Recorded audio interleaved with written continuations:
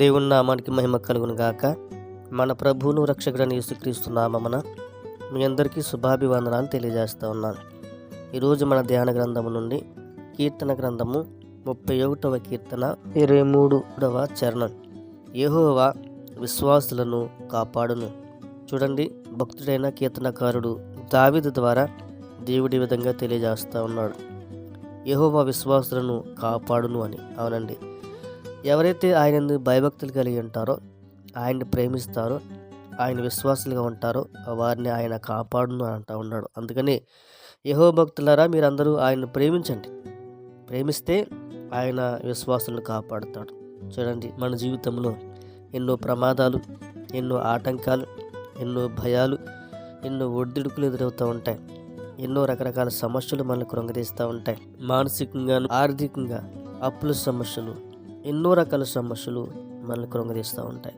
అయితే ఎప్పుడైతే దేవుని ప్రేమిస్తామో, ఎప్పుడైతే దేవునికి మనము భక్తికరంగా ఉంటామో, ఆయన భక్తులుగా, ఆయనకి ఇష్టమైన వారిగా మనం ఉంటామో, ఆయన తన విశ్వాసులను కాపాడే దేవుడు అయినాడు. ఆయన యందు పరిపూర్ణమైన విశ్వాసం మనం కనపరచాలి. పరిపూర్ణమైన విశ్వాసం, సంపూర్ణమైన విశ్వాసం మనం కనపరచువారమై ఉండాలి కదండి. తన భక్తుల ప్రాణమును కాపాడుతాడు, తన విశ్వాసుల ప్రాణమును ఆయన కాపాడుతాడు. ఈ రోజున మానవ జీవితంలో మనము దేవునికి ఇవ్వాల్సిన ప్రాధాన్యత దేవునికి ఇవ్వకుండా, దేవుని గనపరచవలసిన విధానంలో గనపరచకుండా, ఆయన్ను ప్రేమించకుండా లోకాన్ని ప్రేమించేవారు అనేక మంది ఉన్నారు. కానీ వాక్యం తెలియజేస్తూ ఉంది, దేవుని యందు భయభక్తులు కలిగి జీవిస్తూ ఆయన ప్రేమిస్తే ఆయన తన విశ్వాసులను కాపాడే దేవుడై ఉన్నాడు. చూడండి, దావీదు గొల్యాతుని జయించిన తర్వాత, ఇశ్రాయేలు ప్రజలు దావీదు గొల్యాతుని జయించిన తర్వాత సౌలుకు 1000 కొలదియు, దావీదుకి 10,000 కొలదియు అని జయములు పలుకుతూ ఉన్నప్పుడు సౌలుకి దావీదు మీద విపరీతమైన కోపం వచ్చింది. దావీదు గొల్యాతుని చంపేశాడని సౌలు సంతోషించవలసిందుకు బదులుగా దావీదుకి విజయం కలుగుతుంది, దావీదుకి ఘనత వచ్చిందని సౌలు తన హృదయంలో నొచ్చుకుని దావీదు పట్ల పగ పెంచుకుని దావీదు ప్రాణం తీయడానికి అనేక సందర్భాల్లో ప్రయత్నం చేసినట్లు మనం చూస్తాం.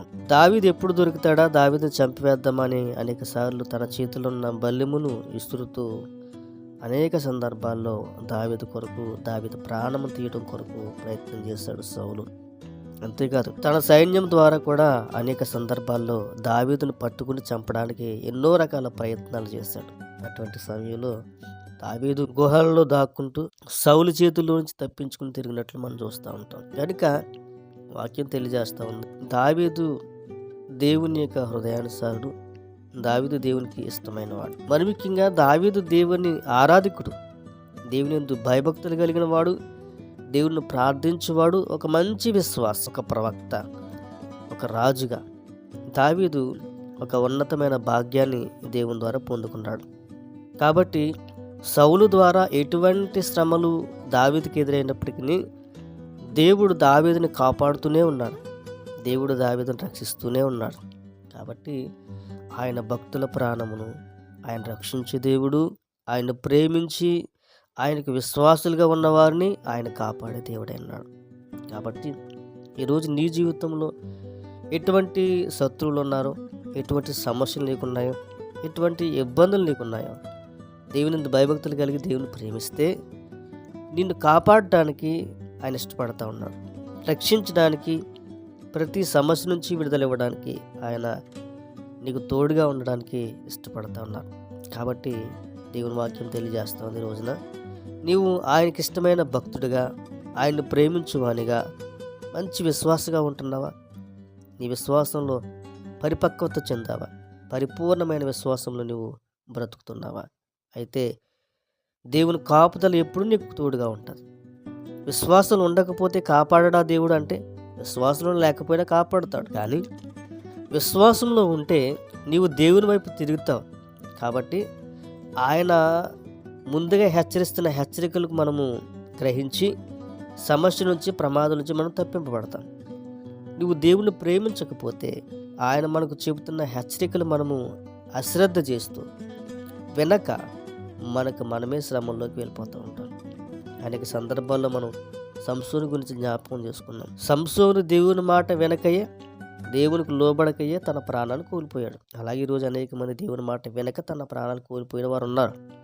కనుక దేవుని మాట వింటే అపాయంలో కూడా ఉపాయం ఇచ్చి తప్పించేవాడు మన దేవుడు. అందుకే ఆయన మాటకు లోబడదాం. మంచి విశ్వాసులుగా, దేవునికి నమ్మకమైన వారుగా, ప్రీతి పాత్రులుగా మనం బ్రతుకుదాం. అట్టి ధన్యత కృప దేవుడు మనకి ఇచ్చి నడిపించి బలపరిచి సహాయం చేయనుగాక. ఆమేన్. ప్రార్థన. పరిశుద్ధుడా మీకు వందనాలు. మరొకసారి మీ పాస్తానికి రాడికిచ్చిన కృపను బట్టి నీకు వందనాలు. జ్ఞాపకం చేసుకోండి. మీకు ఇష్టమైన విశ్వాసాలు ఉండే భాగ్యం దయచేయమని, ఎందరైతే వాక్యం ఉన్నారో వారందరిని బలపరచమని యేసు నామములో నడుచున్నాను తండ్రి. ఆమేన్.